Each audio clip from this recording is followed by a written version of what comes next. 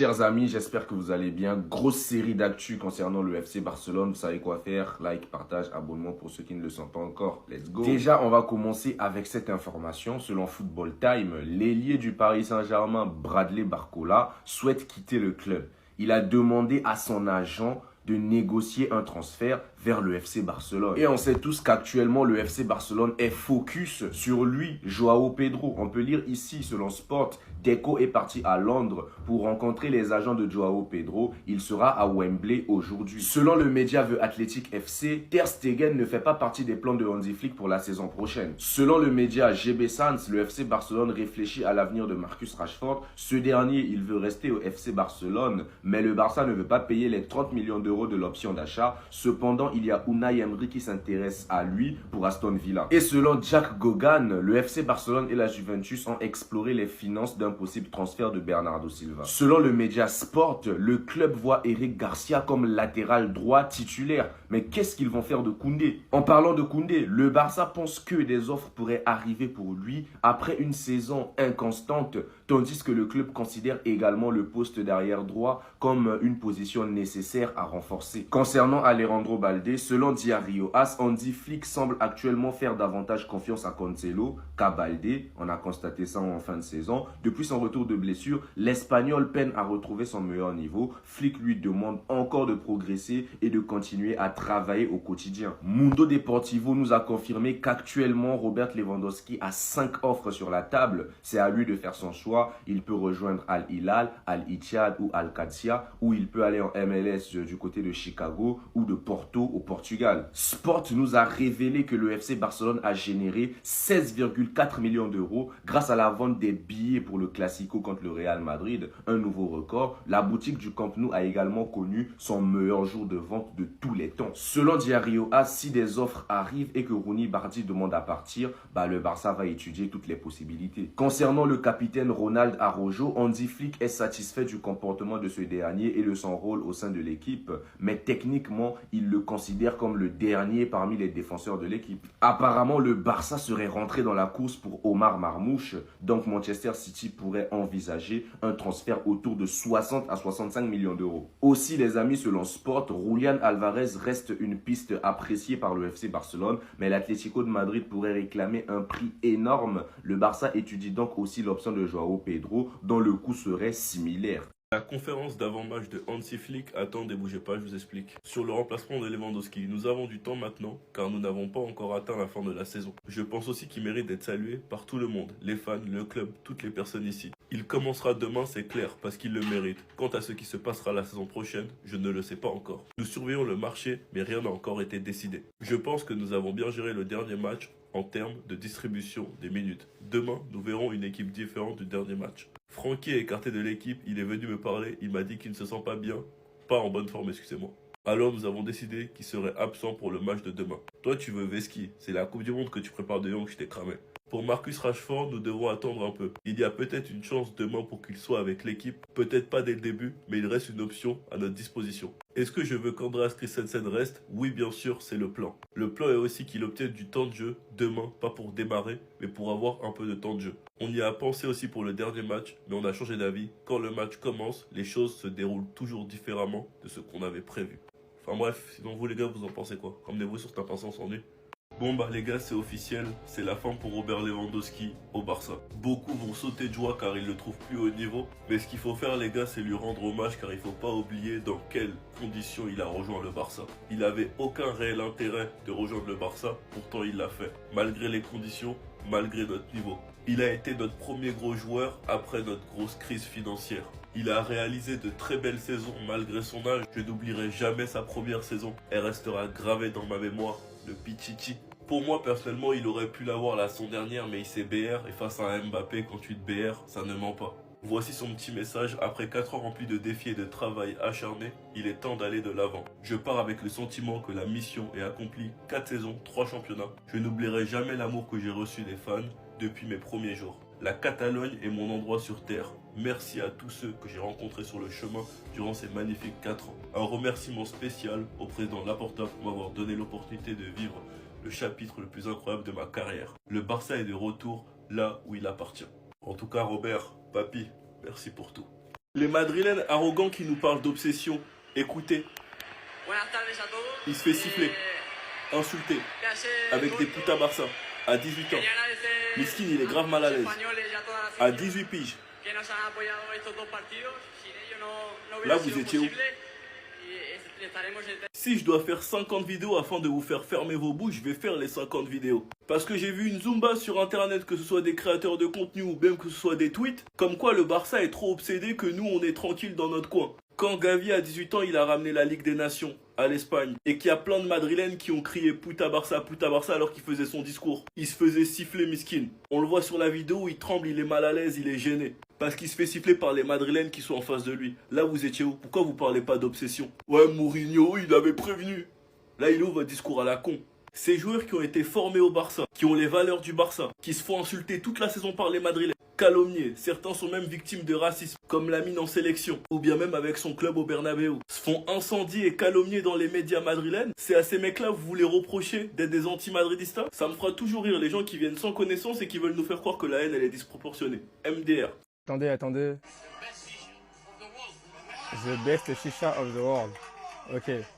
Ok, la portée, il n'y a pas de problème. Si selon toi c'est la meilleure, tu peux continuer à la consommer, mais s'il te plaît avec modération. Parce qu'en fait, nous on est là toute l'année, on tire sur Deco, on dit que Deco il prend des mauvaises décisions, mais le jour où Deco il active son cerveau, c'est toi-même en fait qui viens lui mettre des bâtons dans les roues. Deco avait des doutes quant au renouvellement du contrat de Christensen en raison de son historique d'infirmité, ce qui est logique parce que Christensen, faut le dire, il se blesse beaucoup trop, mais la décision de renouveler a été prise par Laporta dans un geste de soutien au joueur après sa dernière blessure. Le ballon est maintenant dans le camp d'Andreas, il a une offre de renouvellement pour 1 an et il doit décider. Un geste de soutien. Mais en fait, nous, c'est quoi? Genre, on est le FC Amigo pour de vrai, en fait. Genre, c'est pas que sur les réseaux, genre, c'est pas des rumeurs. Christensen, pour les personnes qui regardent mes vidéos, à plusieurs reprises, je l'ai dit, c'est un joueur que j'aime énormément. Quand il est à 100% de ses capacités, il fait sûrement partie des meilleurs défenseurs de notre effectif. Mais cela dit, malheureusement pour lui, il se blesse un peu, beaucoup, à la folie, trop. Et je sais d'avance que ça ne se dit pas ce que je viens de dire à l'instant, mais j'ai maxé histoire de vous faire comprendre que vraiment c'est abusé. Et malgré ça, on va le prolonger. Et le motif, c'est un geste de soutien. En fait... ça y est. Non mais vraiment ça y est. Moi je vous le dis premier degré, quand j'entends que le motif c'est un geste de soutien, ça me fait mal. Mais bref, en tout cas la balle est dans le camp de Christensen, à voir s'il acceptera l'offre de renouvellement ou pas. Et n'hésitez pas à me donner vos avis dans les commentaires, histoire de savoir ce que vous en pensez. Et carrément j'allais oublier, bien évidemment moi je dirais tout ça. Attendez, on a eu le droit à quelques infos. Alors pour commencer, João Pedro est apprécié par le FC Barcelone. Deco le veut depuis ses débuts à Brighton. Si le prix est raisonnable, ils le recruteront. Les discussions sont réelles et l'été est long, mais Chelsea pour l'instant ne veut pas le vendre. Alors pour l'instant, le plan du Barça reste toujours Julián Alvarez, même si en soi ça va pas être facile, mais si malheureusement le dossier échoue, le Barça ira sur João Pedro. João Pedro, personnellement, je serais pas contre, car en soi c'est un profil que j'aime bien et je sens qu'au Barça aussi il pourrait s'intégrer, mais j'espère quand même que le Barça réussira à faire Julián Alvarez. Il semble certain que Christensen ne continuera pas à jouer au FC Barcelone la saison prochaine. Encore heureux, j'ai envie de vous dire. Christensen, c'est un joueur que j'apprécie énormément, mais malheureusement sur le plan physique, c'est trop fragile. Et en supplément, malgré ça, le Barça lui avait fait une offre de prolongation, mais il a refusé, car il n'était pas satisfait du salaire ou un truc du genre. Et pour le coup, je trouve ça assez culotté. Le communiqué annonce concernant le départ de Robert Lewandowski sera publié avant lundi prochain. En fait, là, je suis vraiment en train de réaliser que c'est la fin, les gars. Lewandowski au Barça, genre... De toute manière, j'attends le communiqué officiel et ensuite je ferai une vidéo. Mais je vous promets, ça me...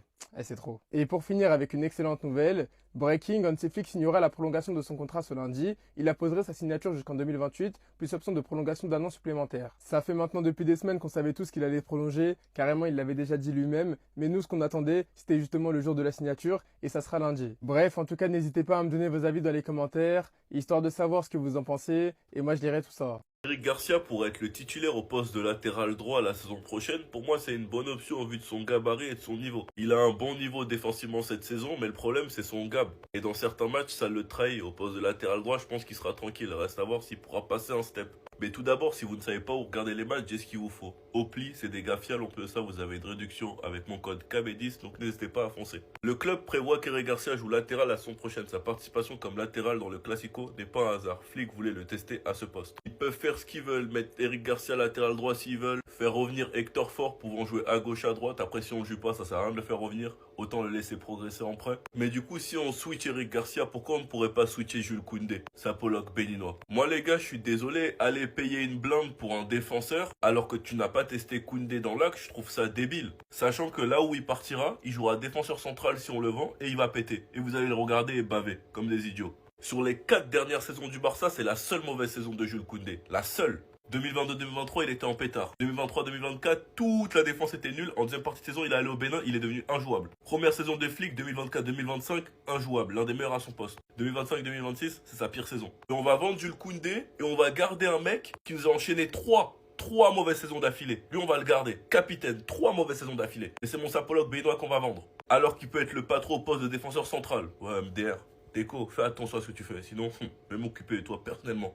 Je comprends pas les gars, Laporta il fait du scam autour de Christensen ou quoi? Il fait du scam. Ça fait plusieurs saisons qu'on n'a pas vu Christensen enchaîner, mais la direction du Barça veut le prolonger. En tout cas j'espère que si on le prolonge ça va être avec un plus petit salaire et qu'il va accepter, sinon il peut partir.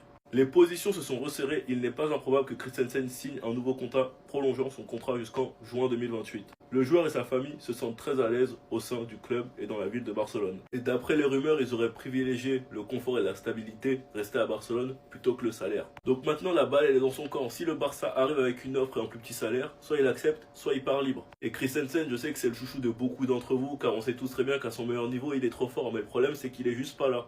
En fait, on a notre Militao. Et encore, Militao, lui, il enchaîne beaucoup plus. Donc si on arrive à avoir Christensen pour environ 15-18 matchs, vas-y, on va pas trop être gourmand. C'est limite comme si on a une nouvelle recrue. Mais le problème, c'est qu'il n'y a aucune fiabilité. Sinon, vous êtes pourquoi? Qu'il parte libre cet été ou le prolonger de 2 ans avec la chance de pouvoir le vendre en Arabie peut-être la saison prochaine. Pour moi, c'est ça le plan idéal. Vous allez dire dans les commentaires que je défends mon frère sapologue béninois Jules Koundé juste parce qu'il est béninois. Mais quand vous le voyez là, quand vous voyez sa dégaine, vous pouvez pas dire qu'il ferait pas un top défenseur central. Vous pouvez pas dire ça. Parce que c'est faux. Dans notre défense, on a que des bolos qui se font bolos et qui se font gaber. Essayez d'aller bouger mon sapologue béninois. Essayez, vous allez voir. Quand il t'attrape là, il te lâche pas. Et beaucoup nous expliquent qu'il est trop lent. Il est trop lent si vous voulez pour jouer latéral parce qu'il affronte des ailiers. Et tous ceux qui pensent que Koundé est trop lent pour être un central, les gars, mais vous êtes fous en fait, je pense. Il a peut-être pris trop de gap pour jouer latéral, mais c'est le physique parfait pour jouer central. De toute façon, Flick rencontrera Baldé, Koundé, Araujo et Rooney afin de discuter de leur avenir, de ce qu'ils sont actuellement, leur place dans la hiérarchie. Christensen, le Barça va le prolonger, reste à savoir s'il va accepter. Déjà, reste à savoir, il pourrait nous faire combien de matchs la saison prochaine si on le prolonge. Mais dans nos centraux, avec Christensen, Cortés, Gérard Martin, Koubarsi, Koundé, au lieu d'aller payer 70 millions dans un défenseur central, ces 70 millions, les gars, vous pouvez payer plus de 3 latéraux au cas où avec les 70 millions. Il y a même les Hector Fort qu'on peut faire revenir de près. Il y a plein de trucs à faire. Et vous allez pas dire que je vous ai pas prévenu. Si Koundé part pour 60, 70, 80 millions, il ira certainement jouer défenseur central. Vous reviendrez sur cette vidéo pour vous excuser, parce que je vous aurais prévenu.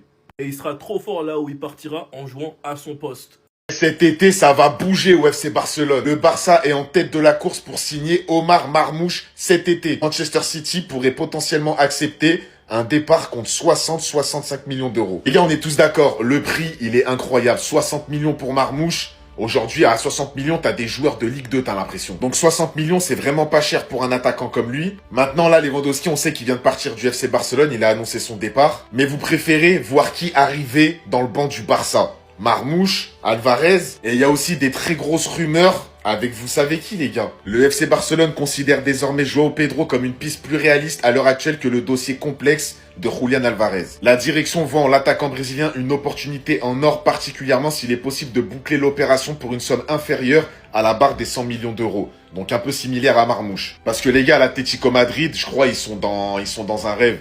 Ils pensent qu'on va dépenser 200 millions pour Alvarez, j'ai l'impression. Après, il y a aussi des rumeurs avec Osimhen. Mais en vrai, les gars, moi, je sais pas. João Pedro, Osimhen, Alvarez, Marmouche. Moi, perso, j'étais plus fan de Alvarez, mais selon le prix aussi, c'est ça qui va faire la différence, les gars. L'entraîneur du FC Barcelone, Hansi Flick, a tranché concernant le futur de Marcus Rashford, qui est prêté actuellement par Manchester United, qui est en fin de prêt dans 1 mois et demi. Et Hansi Flick a donné son feu vert pour que Marcus Rashford reste au FC Barcelone la saison prochaine. Le personnel sportif est d'accord, mais ils doivent également prendre en compte les facteurs économiques parce qu'il est prêté. Mais il y a une option d'achat de 30 millions d'euros et pour l'instant, pour le Barça, c'est pas possible de payer cette somme. Et du côté de son club initial, donc Manchester United, donc eux, ils sont pas satisfaits de l'attitude de Marcus Rashford. Donc le joueur veut rester au Barça à tout prix, malgré le fait qu'il sait que Michael Carrick, donc l'entraîneur de Manchester, compterait sur lui pour la saison prochaine. Donc le Barça va essayer de tenter un nouveau prêt concernant le joueur Rashford. Mais Manchester est clair, c'est 30 millions d'euros, donc le prix de son option d'achat ou rien. On va parler également de la situation des gardiens de but pour la saison prochaine. On avait beaucoup parlé surtout l'été dernier avec l'arrivée de Juan Garcia. Donc Juan Garcia restera bien le numéro 1 la saison prochaine et Chesney sera le gardien remplaçant, donc le gardien numéro 2. Et concernant Ter Stegen et Inaki Peña, 2 gardiens qui sont prêtés actuellement et qui appartiennent au Barça. Donc c'est simple, Ter Stegen et Inaki Peña reviendront tous les deux à Barcelone l'été prochain, mais ne font pas partie des plans du club pour la saison prochaine. Pendant que tous les clubs cherchent leur prochain Lamine Yamal, l'Allemagne a trouvé un profil encore plus dur à trouver. C'est un gamin de 16 ans s'appelant Kehnet Erkon. Même si c'est en 2009, tous les plus grands clubs européens veulent le recruter, le Bayern Munich, City, le Real Madrid, le Barça, tout le monde. Même le PSG quand on n'a pas besoin, ils le veulent. Donc là, vous vous demandez sûrement, mais qu'est-ce qu'il a donc de si spécial ce petit bonhomme? Et ce petit bonhomme, même si c'est en 2009, il a réussi à s'imposer dans le 11 titu du Hertha Berlin, qui joue en 2e division allemande. Mais il n'y a pas que ça qui le rend spécial. Parce que si chaque année on parle tout le temps des talents offensifs qui marquent des jolis buts et font des belles passes décisives comme Lamine Yamal, Karl, Doué et tout, on parle rarement des cracks défensifs. C'est pas ceux qui font lever les foules, mais putain sans eux les attaquants ils marquent pas. Mais au-delà de ça, trouver des nouveaux Kanté c'est bien plus dur que trouver des nouveaux Doué. Parce que trouver un milieu défensif qui contrôle aussi bien le tempo que ce jeune gamin, c'est très rare. Il a un meilleur taux de dribble réussi que Rodri, il fait 1,53 interceptions par match, il fait aussi environ 6 récupérations par match. Mais il n'y a pas que ses stats qui sont impressionnantes, il y a aussi sa lecture du jeu où il a tout le temps un coup d'avance. Évidemment, même si tous les clubs le veulent, il y a de grandes chances qu'il aille au Bayern Munich parce que la plupart des jeunes prodiges allemands qui jouent dans les championnats allemands vont rarement ailleurs. Donc surveillez-le moi bien parce que ça m'étonnerait pas qu'on l'entende pour ce mercato, mais aussi pour l'Euro 2028.